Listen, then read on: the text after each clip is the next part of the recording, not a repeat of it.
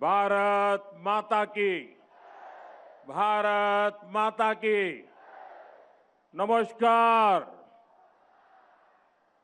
उजोनीर रायजोलोई मरम आरु श्रद्धा जानाइशो।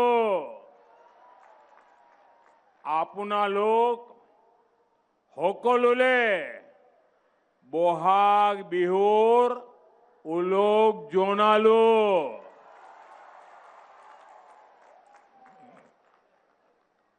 असम के चुनाव की घोषणा के बाद ये मेरी पहली जनसभा है। ये जो सामने जन समुद्र है, युवाओं का ये उत्साह, बहनों बेटियों का इतना आशीर्वाद, और उधर रोड भी पूरा भरा हुआ है। पता नहीं उनको सुनाई देता होगा कि नहीं देता होगा, शायद वो मुझे देख पाते ही नहीं होंगे। लेकिन देखिए ये प्यार, ये इस बात की खुली घोषणा है कि इस बार हैट्रिक पक्की है। देखिए आप सबके आशीर्वाद से मुझे प्रधानमंत्री के रूप में हैट्रिक बनाने का अवसर मिला। आप सबके आशीर्वाद से इसी मैदान में मुझे हैट्रिक लगाने का अवसर मिला है। मैं तीसरी बार आया हूं यहां और आपके आशीर्वाद से असम में सरकार भी हैट्रिक बनाने वाली है। हर कोई कह रहा है आपको ये बार, आपको ये बार, आपको ये बार, आपको ये बार एनडीए सरकार, आपको ये बार बीजेपी सरकार। साथियों, मुझे बहुत खुशी है कि मैं गुगुहा डोल में विराजमान भगवान शिव और डोनी पोलो के आशीर्वाद से चुनाव प्रचार की शुरुआत कर रहा हूं। मेरे लिए तो एक क्षेत्र एक और कारण से भी विशेष है। यहां से मालिनी थान ज्यादा दूर नहीं है। आप जानते हैं कि भगवान श्री कृष्ण की नगरी द्वारिका गुजरात में है और कहते हैं यहीं पर माता रुक्मणी के साथ मालिनी नाम जुड़ा था। ये गोगा मुख की इस धरती से श्रीमंत शंकर देव जी को भी प्रणाम करता हूं।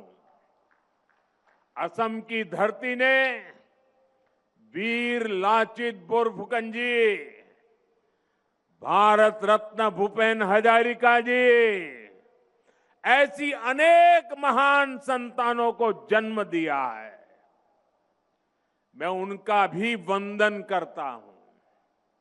साथियों, पहले सर्बानंद सोनोवाल जी का नेतृत्व और फिर हेमंता बिस्वा शर्मा जी की अगुवाई, बीते 10 वर्षों में असम ने सेवा और सुशासन का नया दौर देखा है। असम का ये चुनाव विकसित असम से विकसित भारत बनाने का चुनाव है। इस बार बीजेपी एनडीए सरकार की हैट्रिक लगनी तय है। आप मुझे बताइए, हैट्रिक होगी कि नहीं होगी? और जोर से बताइए, हैट्रिक होगी कि नहीं होगी? दोनों हाथ ऊपर करके बताइए, हैट्रिक होगी कि नहीं होगी? और कांग्रेस के पराजय की भी हैट्रिक होने वाली है। असम लगातार तीसरी बार बीजेपी एनडीए सरकार बना रहा है और कांग्रेस के जो सो कॉल्ड राजकुमार है ना, उनकी तो पराजय की सेंचुरी आने वाली है। साथियों, ये यहां इस मंच से मैं असम बीजेपी के सभी नेताओं को बहुत बहुत बधाई देता हूं। असम बीजेपी की टीम को बधाई देता हूं। बीते 10 वर्षों के प्रयासों को नया आयाम देते हुए असम बीजेपी ने कल एक शानदार संकल्प पत्र जारी किया है और कल मंगलवार था। मंगलवार को जारी हुआ ये संकल्प पत्र असम में और मंगल लाने वाला है। यानी मंगलवार को आया है मंगल पत्र। ये मंगल करने वाला संकल्प पत्र है। इसमें असम के युवाओं के लिए सरकारी नौकरी और स्वरोजगार के लाखों अवसरों का स्पष्ट रोड मैप है। 5 लाख करोड़ रुपए इंफ्रास्ट्रक्चर पर खर्च करने का संकल्प भी बहुत ही प्रशंसनीय है। इससे असम में सुविधाएं भी बढ़ेगी और कंस्ट्रक्शन से जुड़े हर सेक्टर में रोजगार के भी अनेक अवसर बनेंगे। साथियों, बीते वर्षों में असम के 22 लाख से अधिक गरीब परिवारों को पक्के घर मिले हैं। मैं जरा फिर से बोलता हूं आंकड़ा, 22 लाख से अधिक गरीब परिवारों को असम में 22 लाख से अधिक गरीब परिवारों को पक्के घर मिले हैं। मैं जरा आपसे पूछना चाहता हूं, यहां के गरीबों को कितने पक्के घर मिले हैं? 22 लाख। कितने पक्के घर मिले हैं?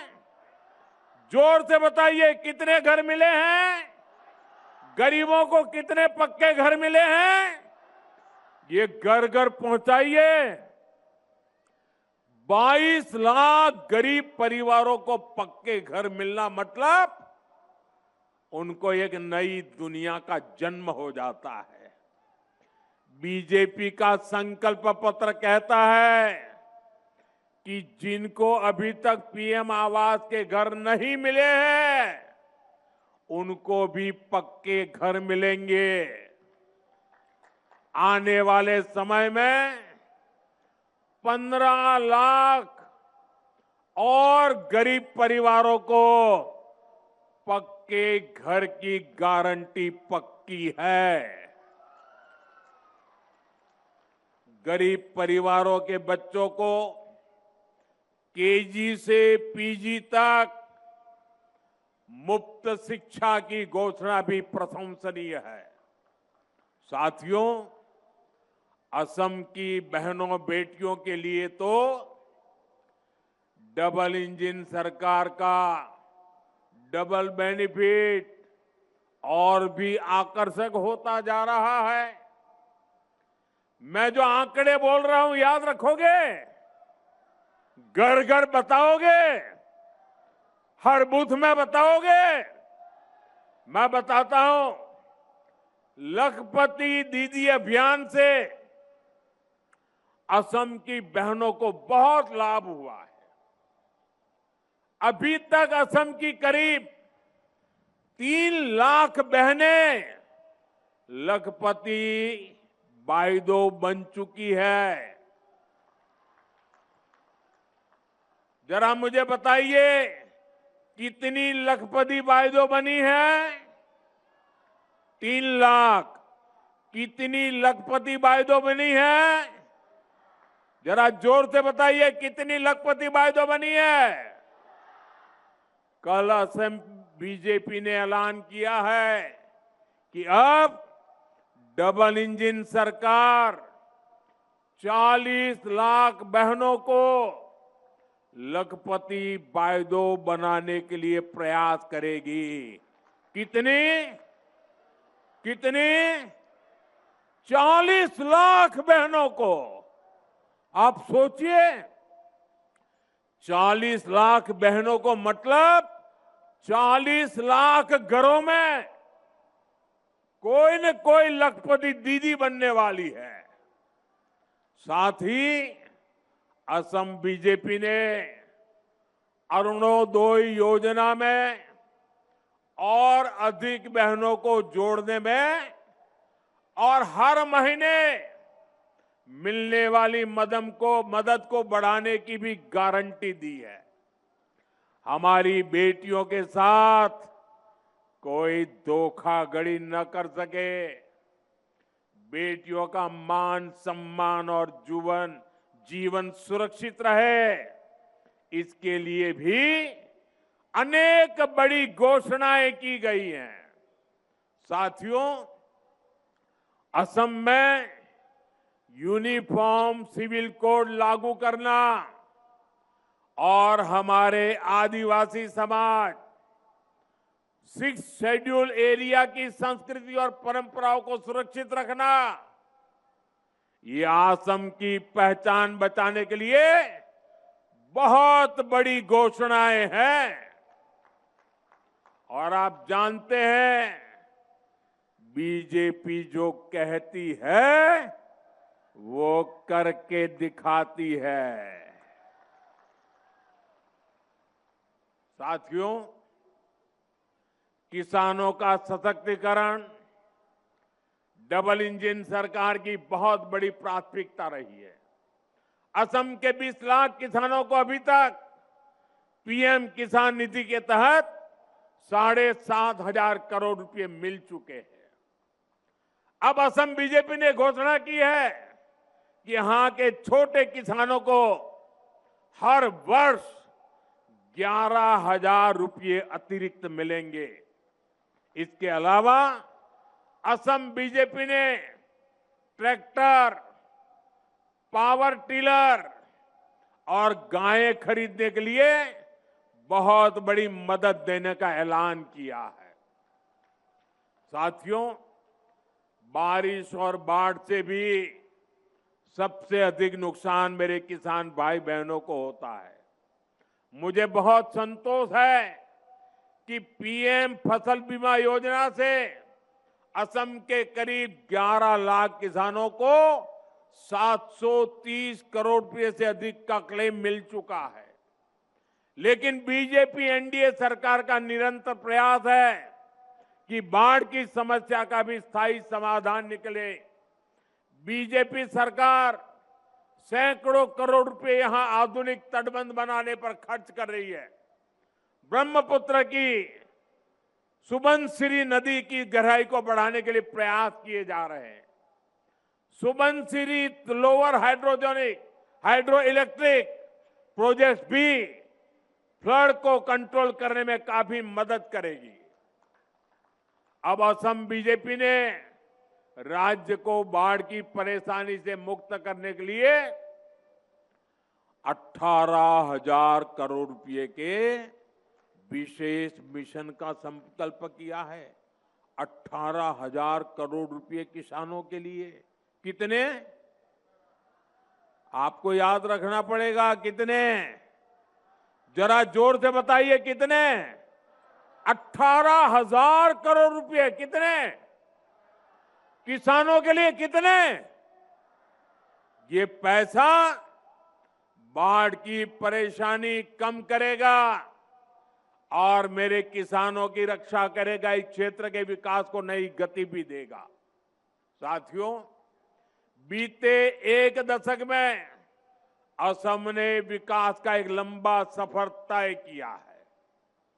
ये जो 20-25 साल के नौजवान हैं, इन्होंने बीजेपी एनडीए का सुशासन ही देखा है।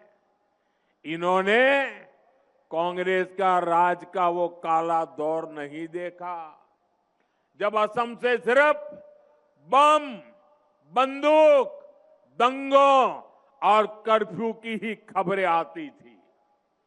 डबल इंजन सरकार ने बीते एक दशक में असम को स्थायी शांति की नई राह दिखाई है। असम के हजारों संतानें बीते एक दशक में बंदूक छोड़कर एक नए भविष्य से जुड़ी है। आज असम से सिर्फ विकास और विश्वास की ही खबरें आती है। आज असम से खबरें आती है नुमालीगढ़ रिफाइनरी की क्षमता 3 गुना करने की। आज असम से खबरें आती है नुमालीगढ़ में पहली बांस आधारित बायो रिफाइनरी शुरू होने की। आज असम से खबरें आती है नामरूप के खाद कारखाने की विस्तार की। साथियों, एक समय था जब दुनिया में असम की चर्चा चाय के लिए होती थी। असम यानी चाय, दुनिया भर में असम की चाय की सुवास थी। अब असम को दुनिया चाय के साथ साथ चीप से भी पहचानेगी। वो दिन दूर नहीं जब असम के सेमीकंडक्टर प्लांट से चीप का उत्पादन शुरू हो जाएगा। ये असम को आधुनिक टेक्नोलॉजी के एक बहुत बड़े हब के रूप में विकसित करेगा। आने वाले समय में फोन हो, गाड़ियां हो, टीवी, फ्रिज हो, ऐसे सामान असम की चिप से ही चलने वाले हैं। और इसलिए भाइयों बहनों, अब तो असम की क्या पहचान होगी? चाय भी और चिप भी। यही विकसित असम का हमारा रोड मैप है। मैं आपको भरोसा देता हूं, आप यहां फिर से बीजेपी सरकार बनाइए, असम का और तेजी से विकास होगा। और ये आपको मोदी की गारंटी है। आपना लोके याद आको ए बार बीजेपी सरकार बनाओ अहोमोर आरो बहुत बेसी उन्नति होबो। एया आपना लोको मोदी गारंटी। साथियों, असम को प्रकृति ने बहुत कुछ दिया है। असम के पास संसाधनों की कभी कमी नहीं रही है, लेकिन कांग्रेस ने सत्ता के लिए असम के समाज को भी बांटा और ब्रह्मपुत्र के 2 किनारों को भी कभी जुड़ने नहीं दिया। कांग्रेस ने 60-65 साल में ब्रह्मपुत्र पर सिर्फ 3 ही पुल बनाए। 60-65 साल में कितने पुल? कितने पुल? कितने पुल? पुलों के अभाव में कितने ही लोगों को हमें खोना पड़ा, कितनी ही पीढ़ियों को मुश्किल से गुजरना पड़ा। डबल इंजन सरकार ने इस पीड़ा को, इस परेशानी को समझा और 10-11 वर्षों में ही ब्रह्मपुत्र पर 5 बड़े ब्रिज पूरे किए। कितने कितने 5 बड़े ब्रिज। 65 साल में 3, 11 साल में 5। बड़ा काम हुआ कि नहीं हुआ? और सभी 5 बड़े पुलों पर काम तेजी से चल रहा है। आज बोगीबील ब्रिज और भूपेन हजारिका सेतु ने उत्तरी असम सहित पूरे नॉर्थ ईस्ट के जीवन को बदल दिया है। कांग्रेस रहती तो ये ब्रिज आज भी पूरे नहीं हो पाते। इसलिए तो आज हर कोई यही कह रहा है, असम को आधुनिक इंफ्रास्ट्रक्चर अगर कोई पार्टी दे सकती है तो वो बीजेपी है, एनडीए है। अहोमोग जोदी आधुनिक इंफ्रास्ट्रक्चर कोनोबा पार्टीए दीबो पारे तेंते हेई पार्टी होय छे बीजेपी एनडीए। साथियों, कांग्रेस के लिए हमेशा पावर पॉलिटिक्स और अपना परिवार ही फर्स्ट रहा है। दिल्ली में एक परिवार और एक परिवार यहां भी है। एक परिवार दिल्ली में और एक परिवार असम में। कांग्रेस के लिए इन्हीं परिवारों का हित सर्वोपरि है। कांग्रेस ने दशकों तक सरकारें चलाई है, लेकिन आप लोगों के स्वास्थ्य पर बिल्कुल ध्यान नहीं दिया। 6-7 दशक में असम में केवल 6 मेडिकल कॉलेज बन पाई थी। कितनी मेडिकल कॉलेज? ऐसा नहीं, जोर से बोलिए, बारिश आ रही है फिर भी बोलिए। कितनी मेडिकल कॉलेज? कितनी मेडिकल कॉलेज? आज असम में यानी 60-65 साल में 6 मेडिकल कॉलेज। आज असम में 14 मेडिकल कॉलेज है और 10 मेडिकल कॉलेज पर काम चल रहा है। कितनी मेडिकल कॉलेज? 14 और 10 बन रही है, 24 हो जाएगी। उन्होंने 65 साल में 6 बनाई, हम 11-12 साल में 24 मेडिकल कॉलेज। इसमें एक मेडिकल कॉलेज यहीं धेमाजी में भी बन रहा है। इतना ही नहीं, आज असम में एम्स भी है।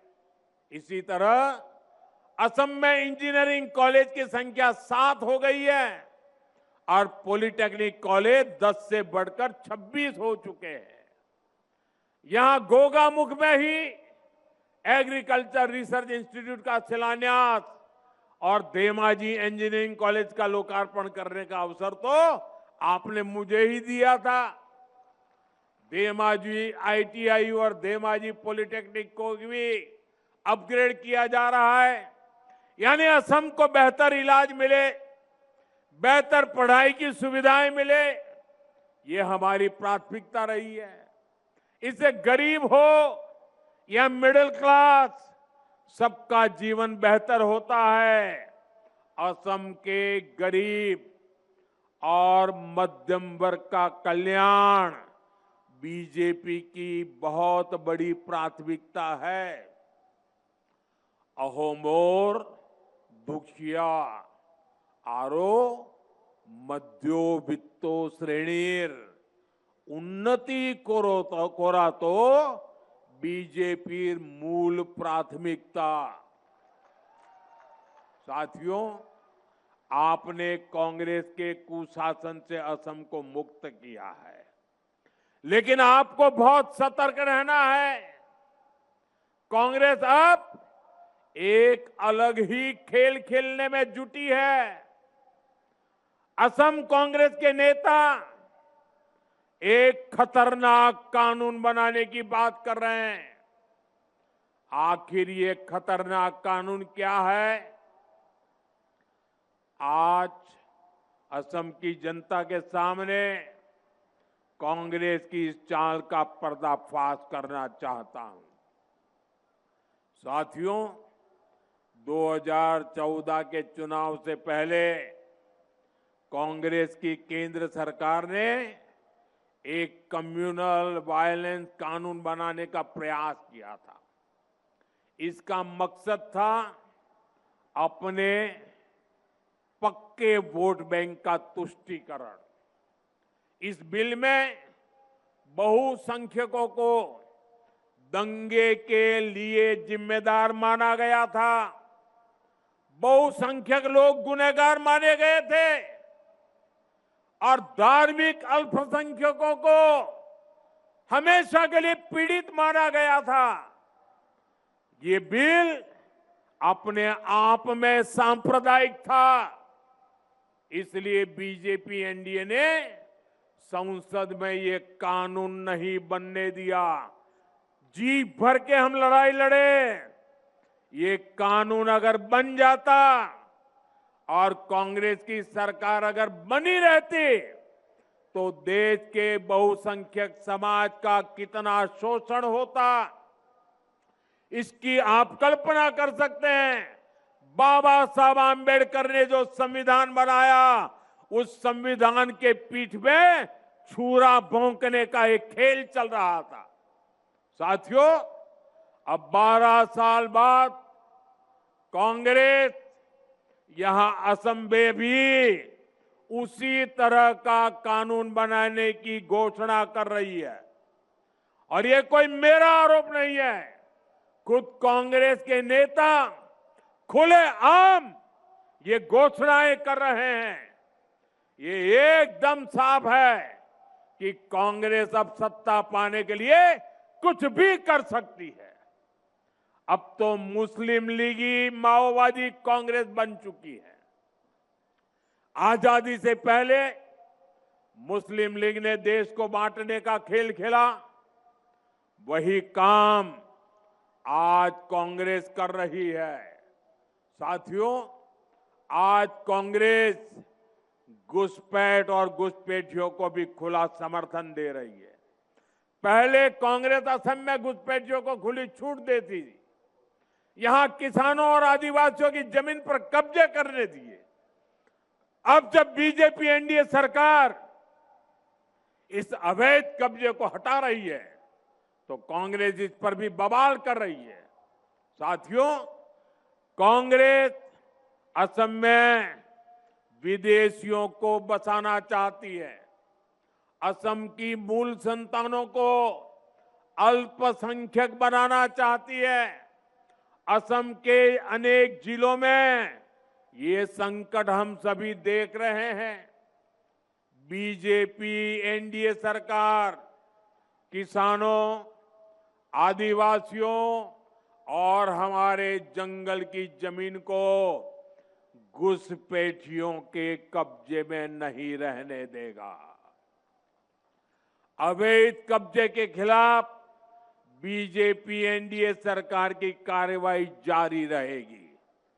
असमिया शान और पहचान बनी रहेगी। ये मोदी की गारंटी है। साथियों, बीजेपी एनडीए सरकार का मंत्र है नागरिक देवो भव। जो किसी भी कारण से विकास में पीछे छूट गया है, उसके आगे लाना ये हमारी प्राथमिकता है। इसी भाव के साथ हमारी सरकार ट्राइबल समाज के वेलफेयर और विकास के लिए काम कर रही है। लेकिन कांग्रेस ट्राइबल समाज के अपमान का भी कोई मौका नहीं छोड़ती है। यहां मिसिंग जनजातीय समाज को भी दशकों तक कांग्रेस की उपेक्षा का सामना करना पड़ा है। ये हमारी सरकार है जिसने बीते 10 वर्षों में मिसिंग समुदाय के विकास के लिए अनेक कदम उठाए हैं। और ये मेरा सौभाग्य देखिए, ये मिसिंग समाज ने मेरा सम्मान किया है। ये मेरे लिए बड़ा गौरव है। ये मेरी भी शान बढ़ा रहा है। मैं मिसिंग समाज के इस प्यार को सर आंखों पे चढ़ाता हूं। आज सैकड़ों प्राइमरी स्कूलों में मिसिंग में पढ़ाई हो रही है। मिसिंग यूथ फेस्टिवल के आयोजन के लिए करोड़ों रुपए की मदद दी की है। मिसिंग युवाओं के रोजगार के लिए भी डबल इंजन सरकार निरंतर नए कदम उठा रही है। मैं आज जितने भी जनजातीय समाज है सभी को आश्वासन देने आया हूं कि सबके सपनों, सबकी आकांक्षाओं को पूरा किया जाएगा। भाजपा विकास और विरासत दोनों के लिए काम करने वाली पार्टी है। आपकी संस्कृति और आपके सपनों को बीजेपी पूरा सम्मान दे रही है और आगे भी आपकी आकांक्षाओं का हम पूरा ध्यान रखेंगे। साथियों, बीजेपी एनडीए सरकार विकसित असम के लिए लगातार काम कर रही है। 9 अप्रैल को मतदान के पुराने सभी रिकॉर्ड टूटने चाहिए। रिकॉर्ड टूटेंगे कि नहीं टूटेंगे? अपने बूथ में रिकॉर्ड तोड़ोगे? पहले से ज्यादा मतदान कराओगे? सुबह सुबह मतदान करा दोगे? ये जितने भी बीजेपी एनडीए के उम्मीदवार हैं, ये असम के सिपाही हैं, असम के तेज विकास के लिए प्रतिबद्ध है। आप सभी कैंडिडेट आगे चले आइए। आप इन सभी को जरूर एमएलए बनाइए, बनाएंगे। साथियों, आप मेरा एक काम और करेंगे? मेरा एक काम करेंगे? जरा हाथ ऊपर करके बताइए, करेंगे? आप यहां से अपने घर जाएंगे। मतदान होने तक घर घर जाना है और परिवार में जिससे भी मिलना हो जाए उनको कहना कि मोदी जी आए थे और मोदी ने आप सभी को बोहाग बिहू की शुभकामनाएं भेजी है। बता दोगे? बोहाग बिहू की शुभकामना पहुंचाओगे? देखिए, आज मेरा सौभाग्य है, आज चुनाव प्रचार के लिए, चुनाव घोषित होने के लिए मैं पहली बार असम आया और आते ही मैंने क्या किया? आज सबसे पहले सुबह मैं टी गार्डन में गया। टी गार्डन में जाकर के टी गार्डन में काम करने वाली बहनों के आशीर्वाद लिए, उनको प्रणाम किया, उनकी शुभकामनाएं लेकर के मैं निकला हूं और मैंने उनसे जिंदगी जिस चाय से मेरी जुड़ी हुई है उस चाय की पत्ती को कैसे तोड़ते हैं उसको भी सीखा। साथियों, आपका ये प्यार मैं देख रहा हूं, जरा दिल्ली वालों को समझ नहीं आएगा, ये बारिश के बावजूद भी इतनी संख्या में लोगों का खड़े रहना, लगातार बारिश के बावजूद भी इतने लोगों का आना, ये हैट्रिक की गारंटी है, हैट्रिक की। और नामदार के पराजय की सेंचुरी की भी गारंटी है। बोलिए मेरे साथ, भारत माता की, भारत माता की, भारत माता की। बहुत बहुत धन्यवाद। आपके मोबाइल पर तुरंत आएगी ब्रेकिंग न्यूज।